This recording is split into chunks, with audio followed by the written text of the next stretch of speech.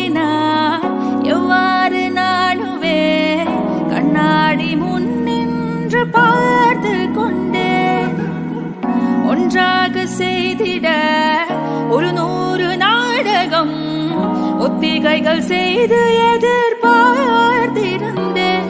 எதிர்பாராமலே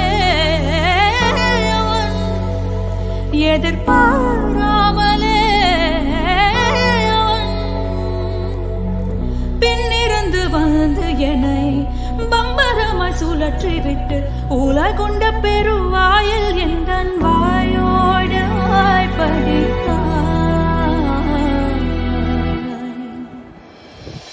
இங்க பூலோகம் என்றொரு பொருளுள்ளதை இந்த பூங்கோதை மறந்தால் அடி